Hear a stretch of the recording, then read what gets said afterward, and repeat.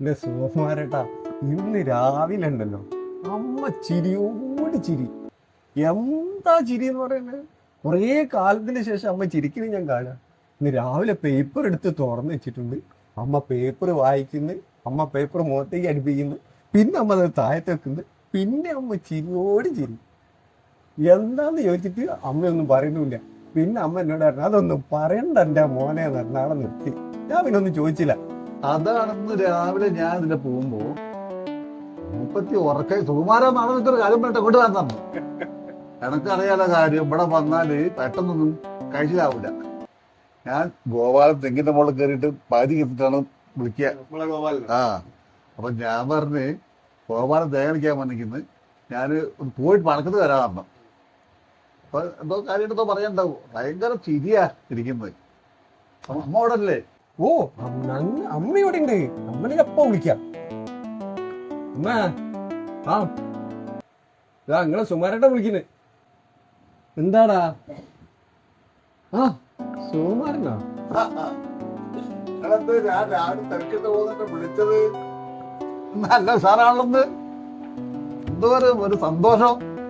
സുമാര, അതെ, നമ്മളെ ഗോപാലിന്റെ മോളില്ലേ മാലിനി, ഓളെ കൂടെ അന്ന് ഞാനേ ഒരു ഷൂട്ടിങ്ങിന് പോയിണ്ടോ, ഓർമ്മ എനിക്ക്? ആയി സുമാര. അന്നെന്താ മോനെ സുമാര, രാത്രി പേടിച്ച് കഴിയണ ഞാൻ. എനിക്കൊരു പേടിയില്ല. രാത്രിയൊക്കെ ആയപ്പോ വാതിലിനൊക്കെ വന്നിട്ട് ഇങ്ങനെ മുട്ടുക. അപ്പൊ ഓള് പറഞ്ഞ് റാണി പത്മിനിയോ ഏതാണ്, വേറെ ആരും ഒരാൾ പറഞ്ഞു റാണി ചന്ദ്രയോ ഒക്കെ ആണ്, ഓരൊക്കെ പ്രേതാണെന്ന് പറഞ്ഞു. ഓരൊക്കെ താമസിച്ച മുറിയിലേയും പോലെ ഞങ്ങൾ താമസിച്ച്. എനിക്കാണേലും വച്ചിട്ട് വയ്യ. സുമാര, ഞാനെന്താ ചെയ്യുക? ഇവക്ക് ഒരു പേടിയില്ല. ഓള് ഇന്നെ നോക്കി ഇങ്ങനെ ചിരിക്കുക, ഞാൻ പേടിക്കുന്നുണ്ടിട്ട്. അതൊക്കെ അന്ന് കഴിഞ്ഞു പോന്ന്. അന്ന് ഇവിടെ എങ്ങനെയാണ് എത്തിയതെന്ന് അറിയില്ല. വീട്ടിലെത്തി ആകെ ഒന്നും പറയണ്ട.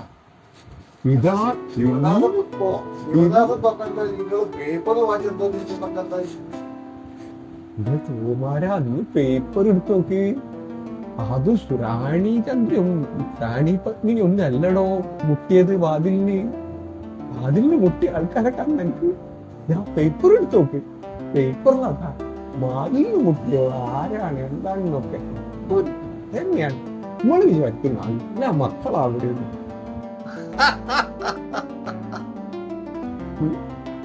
എന്തൊരു കഥയാ സുകുമാര, അങ്ങനെയൊക്കെ അറിയാൻ. സുകുമാര, ഈ പേപ്പറിൽ വന്നൊക്കെ ശരിയാവൂലേ?